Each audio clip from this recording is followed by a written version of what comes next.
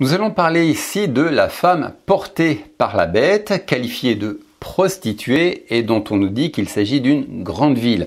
Alors beaucoup de gens pensent qu'il s'agit de l'Église catholique, d'autres de la communauté européenne, mais nous allons voir exactement ce qu'il en est. Et au cours de cette vidéo, eh bien, tu sauras exactement qui est cette femme portée par la bête de l'Apocalypse. Alors, on va commencer à lire un certain nombre de versets qui vont nous donner quelques informations sur la nature de cette femme et qui nous permettront ensuite d'identifier clairement qui elle est. On va commencer avec Apocalypse, chapitre 17, versets 1 à 3.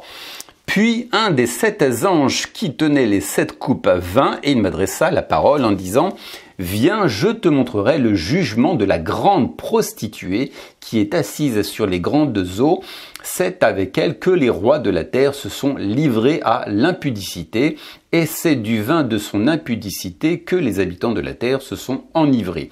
Il me transporta en esprit dans un désert et je vis une femme assise sur une bête écarlate pleine de noms de blasphème, ayant 7 têtes et 10 cornes. » Verset 7, « Et l'ange me dit, pourquoi t'étonnes-tu?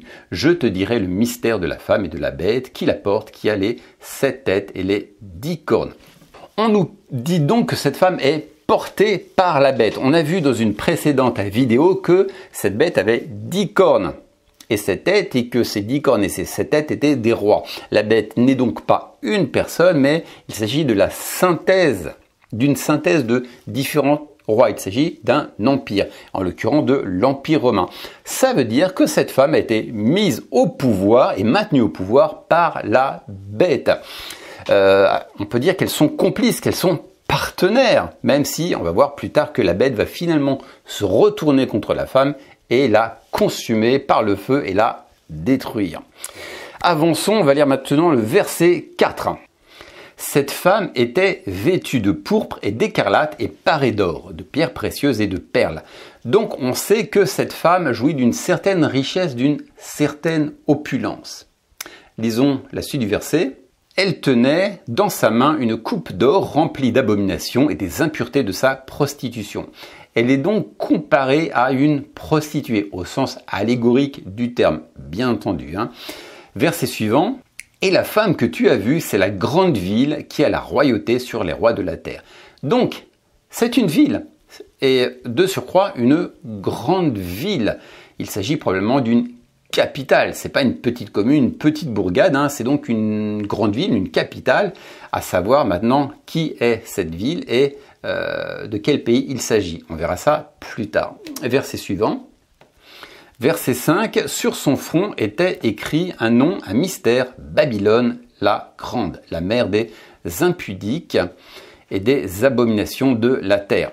Donc cette grande ville est qualifiée de Babylone au sens allégorique du terme parce que l'histoire nous rapporte que la véritable Babylone qui se situait dans l'actuel Irak, a survécu des centaines d'années. Et on apprend plus tard que la Babylone allégorique de la Bible, a été détruite. Donc Babylone est à prendre ici au sens allégorique. Verset suivant. Verset 15. Et il me dit, les eaux que tu as vues, sur lesquelles la prostituée est assise, ce sont des peuples, des foules, des nations et des langues. Donc cette femme est assise sur des peuples, des nations et des langues. On verra quelles sont ces personnes plus tard. Et enfin, un autre verset. Les 10 cornes que tu as vues et la bête haïront la prostituée, la dépouilleront et la mettront à nu, mangeront ses chairs et la consumeront par le feu. Donc, cette femme va être finalement détruite, consumée par le feu, par l'Empire romain, la bête. En résumé, on sait un certain nombre de choses donc la concernant. C'est que c'est une grande ville, qu'elle est qualifiée de Babylone, qualifiée également de prostituée, qu'elle est riche et qu'elle a été détruite par la bête. Maintenant, concrètement, qui est-elle? Alors, je ne vais pas faire durer le suspense, c'est Jérusalem. Je ne parle pas de la Jérusalem actuelle, mais de la Jérusalem d'autrefois, celle d'il y a 2000 ans, du début de l'ère chrétienne. Et maintenant, sur la base des versets que l'on a vus et d'autres nouveaux versets, on peut facilement deviner qu'il s'agit de Jérusalem. Lisez le verset suivant. Verset 7. Et je vis cette femme ivre du sang des saints et du sang des témoins de Jésus. Et en la voyant, je fus saisi d'un grand étonnement. Donc il y a deux groupes de gens qui ont été persécutés. Le premier, ce sont les saints. Et le deuxième groupe, c'est les témoins de Jésus. Le premier groupe fait référence aux croyants de l'Ancien Testament, puisque dans la deuxième catégorie, on rajoute de Jésus. Ça veut dire que la première catégorie ne connaissait pas Jésus, mais ils sont considérés comme des saints. Donc il s'agit de deux groupes de gens qui vont être persécutés. Donc les croyants de l'Ancienne Alliance et les croyants de la Nouvelle Alliance. Maintenant, dans la Bible, qui incrimine-t-on pour la persécution? Lisez le verset suivant. Jérusalem, Jérusalem, toi qui tues les prophètes et qui lapides ceux qui te sont envoyés, combien de fois ai-je voulu rassembler tes enfants comme une poule rassemble ses poussins sous ses ailes, et vous ne l'avez pas voulu. Verset 34, c'est pourquoi voici je vous envoie des prophètes, des sages et des scribes. Vous tuerez et crucifierez les uns, vous battrez de verge les autres dans vos synagogues et vous les persécuterez de ville en ville. Donc, lorsque on parle de persécution, lorsque l'on incrimine quelqu'un dans la Bible au sujet de la persécution, c'est toujours de Jérusalem dont on parle. Donc, on sait que lorsque l'on parle d'une ville qui persécute les croyants de l'Ancien comme du Nouveau Testament, eh bien, ce sont forcément Jérusalem. Parce que de toute manière, alors déjà, ça écarte l'Église catholique, parce que l'Église catholique n'a pas pu persécuter les croyants de l'Ancien Testament, parce que l'Église catholique n'existait pas à cette époque. Et on nous dit aussi que certains seront persécutés dans les synagogues. Qui a des synagogues? Les Judéens. Et l'Église catholique, par ailleurs, n'a pas de synagogue. Donc, ça écarte d'emblée l'Église catholique. Voilà, et on va prendre un autre verset. Apocalypse 11, verset 8. « Et leurs cadavres seront sur la place de la grande ville qui est appelée, dans un sens spirituel, Sodome et Égypte, la même où leur Seigneur était crucifié. » Donc, on parle de la grande ville. Quand on parle de la grande ville, eh bien, on fait référence à Jérusalem, à nouveau Jérusalem, qui est toujours incriminé pour la persécution. Et on nous dit d'ailleurs que c'est là même où leur Seigneur a été crucifié. Jésus n'a pas été crucifié à Rome. Jésus a été crucifié à Jérusalem. Donc c'est clairement Jérusalem qui est désignée. Donc la femme, eh bien, c'est la femme portée par la bête. Eh bien, c'est tout simplement Jérusalem. On va prendre un autre verset. Cette femme était vêtue de pourpre et d'écarlate et parée d'or, de pierres précieuses et de perles. Alors l'histoire nous rapporte que Jérusalem, jusqu'en l'an 66, a vécu d'une très grande prospérité, d'autant plus qu'elle était sous protectorat romain. Dans les colonies, par exemple, eh bien, sans d'ailleurs accréditer le colonialisme, mais c'est vrai que les villes qui étaient colonisées sous protectorat français, par exemple, eh bien, les colonies africaines jouissaient d'une certaine richesse, d'une certaine opulence. Lorsqu'une ville est sous protectorat d'un pays étranger, bien qu'elle soit colonisée, eh bien, elle jouit quand même d'une certaine prospérité. Et Jérusalem, notamment, eh bien, a joui d'une grande prospérité et notamment aussi d'une grande paix. Jérusalem n'a jamais connu une telle paix depuis l'an 66. Ça, c'est l'histoire qui nous le rapporte. Et il faut savoir qu'entre 66 et 70, eh bien, il y a une guerre qui a éclaté entre la Judée et l'Empire romain. C'est probablement de cet événement dont parle l'apôtre Paul lorsqu'il dit « Quand les hommes diront paix et sûreté, alors une ruine soudaine les surprendra. » Il y avait une grande paix à Jérusalem, qui jouissait également d'une grande prospérité. Et paf, en l'an 66, il y a une guerre qui a éclaté et la paix est tombée.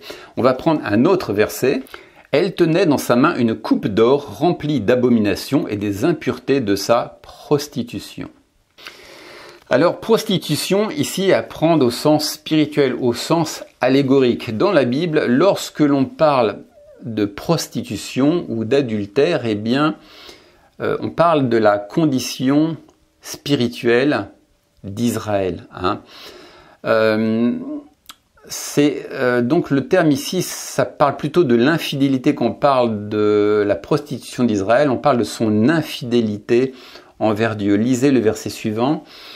Osée chapitre 1 verset 2, la première fois que l'Éternel adressa la parole à Osée, l'Éternel dit à Osée, « Va, prends une femme prostituée et des enfants de prostitution, car le pays se prostitue, il abandonne l'Éternel. » Je ne vais pas lire tous les versets parce qu'il y en a énormément, mais lorsque l'on parle de prostitution au sens allégorique du terme et au sens spirituel, eh bien c'est la relation qui noue Israël à son Dieu. Donc on parle ici d'une prostitution plutôt au sens allégorique. Et c'est vrai que Israël, c'était en quelque sorte prostitué. Verset suivant.